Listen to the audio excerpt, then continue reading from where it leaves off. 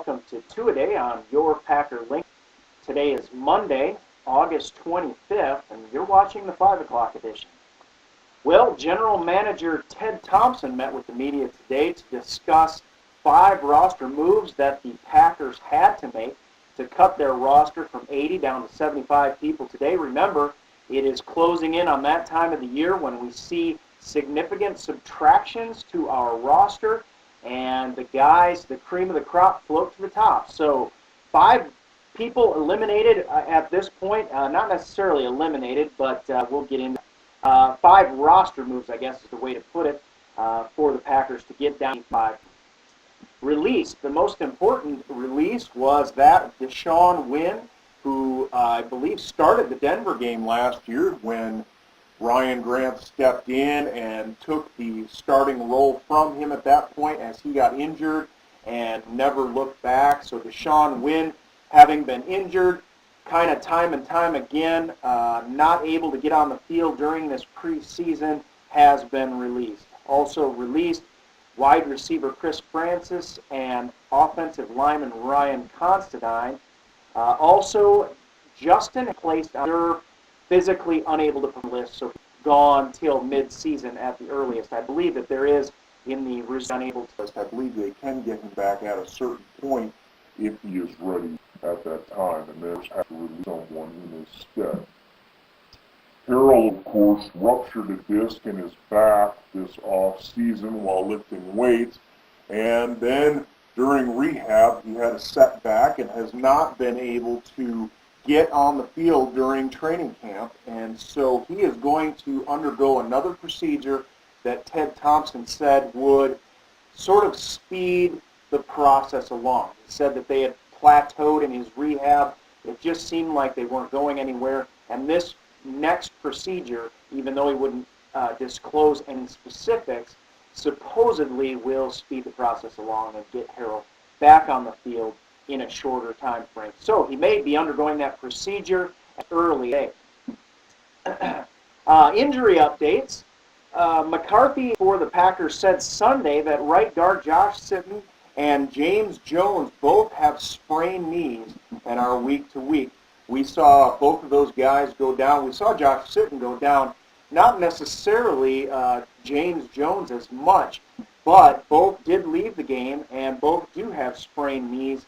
So depending on the severity of the sprain, Sitton's looks worse than Jones. They may be back whenever the medical staff will clear them to get back on the field. Of course, Justin Harrell, as I mentioned, he's on his way to Charlotte to get a second opinion and get that second procedure done on his troublesome back. Charles Woodson has a bruised knee, and so he should be back. Brand Chiller has a lower back injury.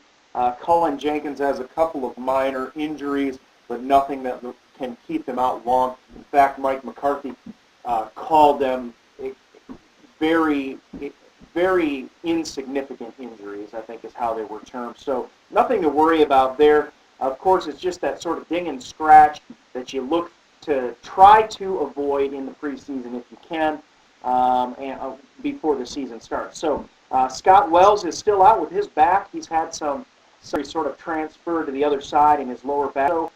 But doctors have confirmed that is not a disc issue. That is a soft tissue issue.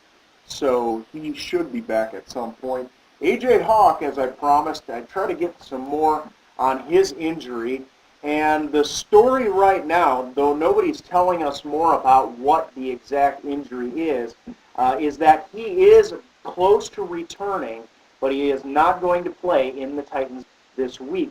So A.J. back on the healing track. His target date that he is shooting for is to play in the season opener against the Minnesota Vikings. So that's good news. We need to have him in our lineup to be as effective as possible on that defense and round out that defense. KGB did return to practice today, so it looks like he will probably play against the Titans, but if not, it looks like he will make the season opener. So at this point on offense, with Wells and Sitton out, our sort of starting interior line, that being not the that being the left guard and the center and the right guard. That will be Darren College, Jason Spitz as center, and Tony Mull as the right guard as of right now. Is one of those things that it's kind of good to know, but the offensive line right now, it's kind of in flux, and it's just not sort of exuding confidence right now. So hopefully these guys can get in. We know they all can play because they've all had starts before, so that's good to see, and we'll hope that they can do well against the Titans. We know Jeff Fisher has said that in this final preseason game, and this is a bit off the beaten path, out of the ordinary, that their starters for the Tennessee Titans are going to play the first half and possibly into the third quarter. So for our backup quarterbacks, for Brian Brom and Matt Flint, that is going to be a real challenge for them.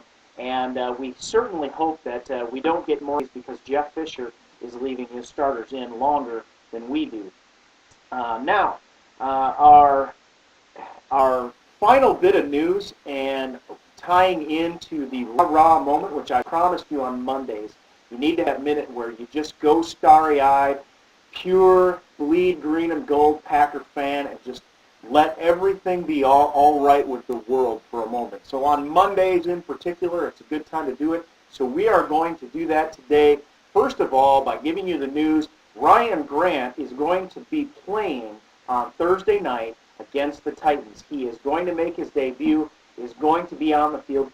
We don't know how long, but it's just great to see him back. And so the rah-rah moment is this. Titans are coming to town, and Ryan Grant is going to light them up. It isn't going to be about how many reps he gets. It isn't going to be, we know he's coming off the field, but here's my prediction. He is going to average 4+ per carry and have a touchdown run of 20 or more yards. That's what's going to happen against the Titans. There's just nothing they can do. We are going to take them to the house.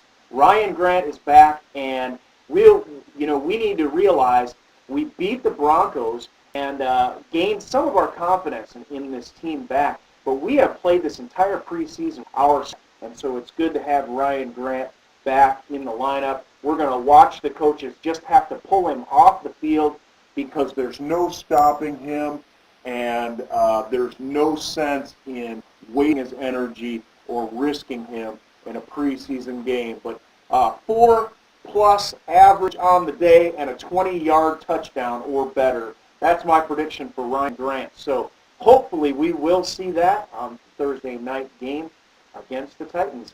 And so tonight at 10 o'clock we will be talking more. We'll get into some of what might be sad to say about practice and catch up with some players with a player spotlight. So then, and until then, as always, go Pack.